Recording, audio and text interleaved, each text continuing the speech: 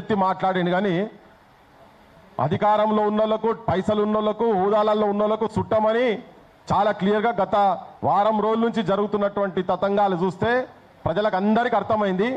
ప్రతి ఒక్కరికి మనసులో ఎవరిని ముట్టుకున్నా కానీ గింత ఘోరమా గింత అన్యాయమా, ఒక మైనర్ బాలిక మీద అత్యాచారం జరిగింది అని చెప్పని తీసుకుపోయి తల్లి పిటిషన్ ఇచ్చేందుకు పోతే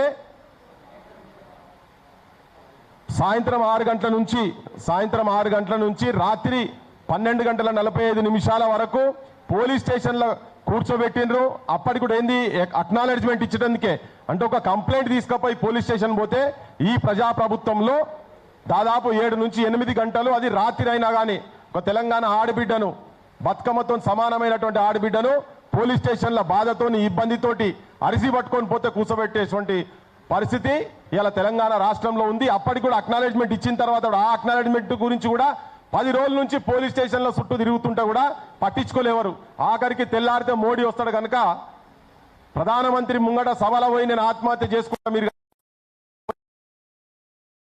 తీసుకుని కేసు కూడా మళ్ళా పొద్దుటి దాకా ప్రయత్నం చేసి ఆమెతో ఎట్లనే చేసి విడ్రా చేపిస్తాడుగా ప్రయత్నం చేసి ఒక దొంగ కేసు కరీంనగర్లో పెట్టించి మళ్ళా సంజయ్ కొడుకుతోటి కరీంనగర్లో బుక్ చేపించి అట్లా కూడా బెదిరించే ప్రయత్నం చేసినా కానీ వాళ్ళు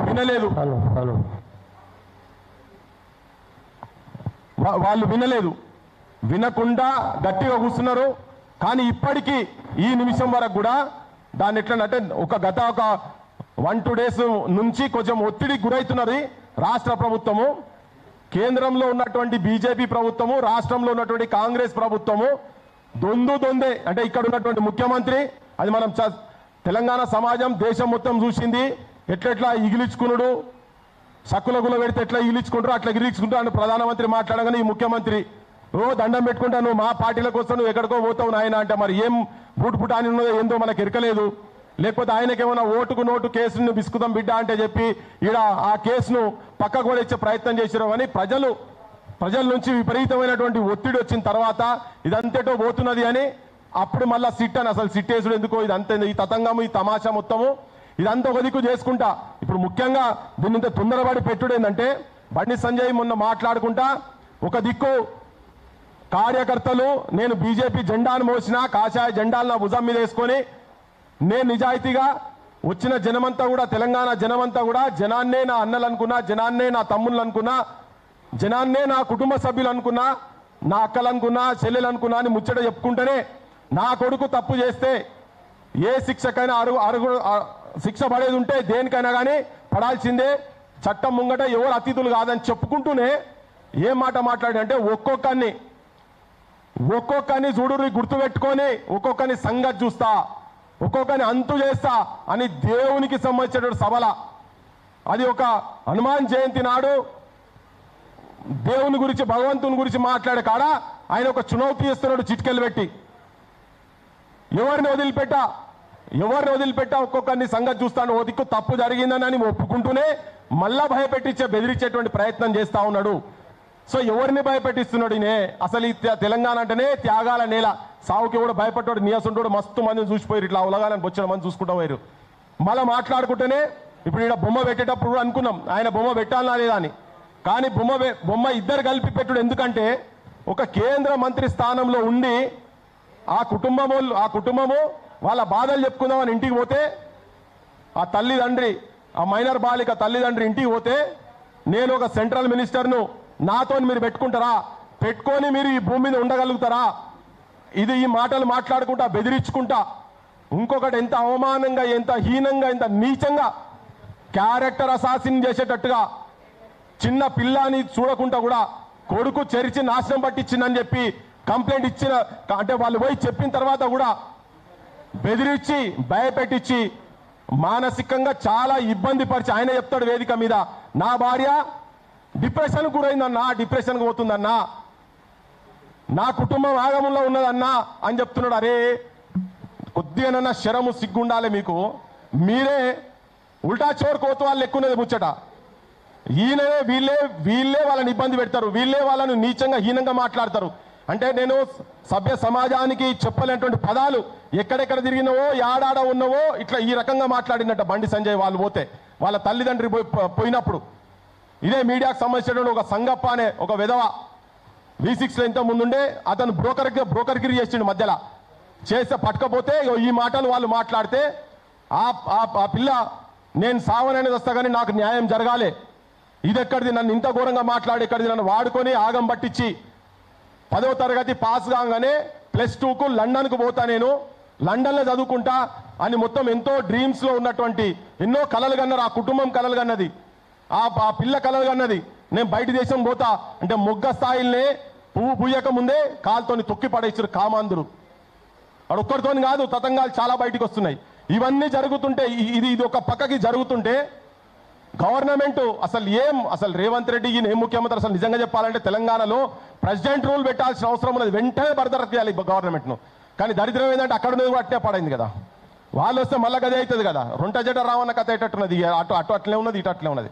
సో ప్రజలకు ఇప్పుడు ఇంత జరుగుతుంటే కొంతమంది అంటే బీజేపీలో ఉన్నటువంటి వాళ్ళు కూడా చాలా మంది మదన పడుతున్నారు, అది వేరే విషయం. కొంతమంది ఇంత బహిరంగంగా నిస్సిగ్గుగా ఏమాత్రం లజ్జ లేకుండా మానవత్వం లేకుండా ఆ మైనర్ బాలికను తన క్యారెక్టర్ అసాసిన్ చేసేటట్టుగా ఏవేవో మార్పుడు అవోటి ఇవోటి ఏవేవో బజాట్ల పట్టించేసి పంపుతా ఉన్నారు. అందుకే తెలంగాణ సమాజానికి దేశానికి మొత్తానికి అసలు ఏం జరుగుతున్నది తెలంగాణలో నిజంగా ఇప్పుడు ఆయన బెదిరించినట్టు ఆయన అన్నాడు. మరి ఇప్పుడు వాళ్ళు మానసికంగా డిప్రెషన్కి పోతుంటే మీరు డిప్రెషన్ కాదు, ఆల్రెడీ చంపిపడేసిరు, వీళ్ళని కుటుంబాన్ని నాశనం పట్టించేసిరు. ఆఖరికి 50,000 రూపాయలకు అదేదో వచ్చి డిమాండ్ చేసిరు, 50,000 రూపాయలు కావాలని చెప్పని మేము పంపించినాము, 5 కోట్లు అంటున్నారు, ఓసారి 5 లక్షలు అంటున్నారు. ఇట్లా ముచ్చట పెట్టి జనానికి ఏంటంటే వీళ్ళు ఏదో పైసల గురించి పోయిన లెక్క 100 కోట్లు ఉన్నాయి వాళ్ళ దగ్గర. ఆ కుటుంబాన్ని తొక్కిపడేసి నాశనం చేసి మళ్ళా పక్కకి 2-3 అయ్యగారాసంటోళ్ళని ఏసాలు వేసిన వాళ్ళని పక్కకు నిలబెట్టుకొని ఎంత అద్భుతంగా మాట్లాడుతున్నాడంటే దేవునికి పెట్టినటువంటి సభల ఆయనే దుర్మార్గుడు, ఆయనే అధర్మం చేసి, ఆయనే అన్యాయం చేసి, ఆయనే మోసం చేసి, ఆయనే దగా చేసి, తోకా చేసి, ఆయన కొడుకు చేసిండు, ఈయన చేసిండు. బయటికి వచ్చి లాభ లక్ష్మణ జానకి జై బోలో హనుమానికి అని నినాదాలు ఇప్పిస్తున్నాడు. ఇది జనాలు అని తింటున్నాం, జై శ్రీరామ్ జై శ్రీరామ్ అని. శ్రీరాముడు చెప్పినాడా నీకు ఈ పనులు చేయమని, చెత్త పనులు చేయమని చెప్పి? మర్యాద పురుషురామ్ ఇవన్నీ ముచ్చట్లు చెప్పి కానీ చెప్పిండా? నీ ఆ సొంటలు అనుకుంటే ఆ శ్రీరామచంద్రుడు ఉండేది ఉంటే ఆ బాణం ఉండేది ఉంటే ఛాతికెళ్ళి గుండెలకెళ్ళి తీసి అవతల పడేస్తుండే. నిజంగానే కనుక రాముడు అంటాడు ఆ గవర్నమెంట్లో ఎవడన్నా ఉండేది ఉంటే ఇప్పటికైనా తీసుకోపోయి ఇంట్లో కాదు బొక్కల వరేయాలి. బండి సంజయ్ని కూడా బొక్కల వరేయాలి, ఒక కొడుకుని కాదు. ఎందుకు బొక్కల వరేయాలంటే ఇంటర్నల్గా వాళ్ళ తల్లిదండ్రులను మైనర్ బాలిక తల్లిదండ్రిని బెదిరించడే కాక యావత్ సమాజాన్ని ఇలా మనందరినీ రాక్షసులట మనమందరం. వాడు అంటాడు, బండి సంజయ్ వాడు అంటాడు, రాక్షసులందరూ మన వెంబడి పడుతున్నానా, మా కుటుంబం వెంబడి పడుతున్నానా అని. అరే నువ్వు చేసిన ఈ పిశాచులు కూడా చేయరు అయ్యా, నీ కొడుకు చేసినాయి నువ్వు చేసిన కథలకు పొద్దున్న లేస్తే నీ భాష ఫాల్తుగాన్లు, హౌలగాన్లు, దివానగాన్లు, వీనికి వాడు పుట్టిండా వానికి వీడు పుట్టిండా, ఇటువంటి విధవలు భారతదేశంలో ఒక అద్భుతమైనటువంటి పోర్ట్ఫోలియోకు మంత్రిత్వ శాఖకు, హోం మంత్రిత్వ శాఖకు రక్షకుడే భక్షకుడు అంటే ఇట్లనే ఉంటుంది. మరి ఆ పిల్లగాని మొత్తం తతంగాలు చూస్తే ఇంతకుముందు కూడా మనం చాలా చూసినాం, ఉదంతాలు చూసినాము. కాలేజీలో పొంట పోయి రూమ్లో పొంట పోయి అయ్యా మంత్రి అని చెప్పి మిస్యూజ్ చేసుకుంటా దెబ్బలు కొట్టుడు, ఇవాళ బయటకు వచ్చి ఏదైతే వార్నింగ్ ఇస్తుండో ఈ వేదిక మీదకి వెళ్ళి మనము వీళ్ళందరినీ పిలిచిన కొంతమంది వస్తూ ఉన్నారు, తొవ్వలు ఉన్నారు, కొంతమంది బీజేపీ ఆఫీస్ దగ్గర ఉన్నారు, కొంతమంది వేరే ప్రెస్ కాన్ఫరెన్స్లో ఉన్నారు, విమలక్క వీళ్ళందరూ కూడా వస్తున్నారు, సంజయక్క వాళ్ళందరూ కూడా వస్తున్నారు. మనం ఇక్కడి నుంచి తెలంగాణ సమాజానికి ఆ కుటుంబానికి ఇప్పుడు మనందరూ రాక్షసులు అట. మరి రాక్షస సైన్యము నిజంగా రాక్షస సైన్యమా? వాళ్ళు శ్రీరామచంద్రుడి వారసులా, మనం శ్రీరామచంద్రుడి వారసులమా? బోన్లల్లా జైళ్ళల్లా ఎవడు ఉండాలనేది సమాజానికి చెప్పేటువంటి ప్రయత్నమే. ఇక మేము అనుకోని సీను, మేము అందరం అనుకోని పాశంకులు, మేము రఘు అందరం కలిసి అనుకొని ఈ మీటింగ్ పెట్టి కూర్చొని దీని ద్వారా జనానికి ఒక మెసేజ్ ఇవ్వదలుచుకున్నాం. మేము ఉన్నాం, ఈ కుటుంబానికి అండ ఉన్నాం.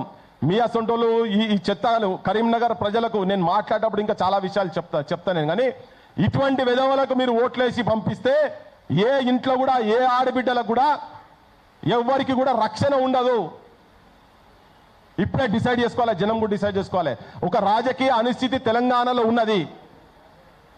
ఎక్కడన్నా అధికార పక్షపోడు ప్రతిపక్షపోడు ఇద్దరు కలిసి ఉన్నది చాలా అరుదుగా చూస్తాం. అది ఎక్కడ ఉదాహరణ చూడాలంటే మాత్రం ఇలా తెలంగాణకు వస్తే క్లియర్ కనబడుతుంది. రేవంత్ రెడ్డి, ఆర్ఎస్ బ్రదర్స్ అని జనమే పేర్లు పెట్టిన వాళ్ళకు రేవంత్ బ్రదర్ రేవంత్ అండ్ సంజయ్ ఇద్దరు కలిసి ఇప్పటికీ ప్రయత్నం చేస్తున్నారని ప్రజల నుంచి ఎప్పుడైతే తిరుగుబాటు వచ్చిందో ఇవాళ వాళ్ళకు కేసులు పెట్టక తప్పలేదు. ఇవాళ యాక్చువల్గా బెయిల్ వచ్చేటందుకు జ్యుడిషియరీని కూడా మేనేజ్ చేసే పరిస్థితి తీసుకొచ్చి పెట్టిండ్రు. ఇలా జ్యుడిషియరీ గురించి మాట్లాడుతున్నాం అనుకున్నారు. ఇలా నోట్ల కట్టలతోని జడ్జిల ఇళ్లలో నోట్ల కట్టలు దొరుకుతున్నాయి. చాలా జడ్జిమెంట్లు ఈవెన్ నిరుద్యోగులకు సంబంధించిన జడ్జిమెంట్లు కూడా ఎట్లా వచ్చినాయో మనకు అందరికి ఎరికే. నిరుద్యోగులను అడిగితే దాని మీద ఓ గ్రంథాలు చెప్తారు వాళ్ళు ఏ టైంలో ఎట్లా జరిగింది అనే సంగతి. అందుకని అన్నింటిని మేనేజ్ చేసే ప్రయత్నం చేస్తూ ఉన్నారు. కాబట్టి ఆల్రెడీ గవర్నమెంట్లో రెండు కలిస్తున్నాయి. కానీ ఇలా ప్రజలుగా మనం ఆ కుటుంబానికి అండగా ఉండాలి.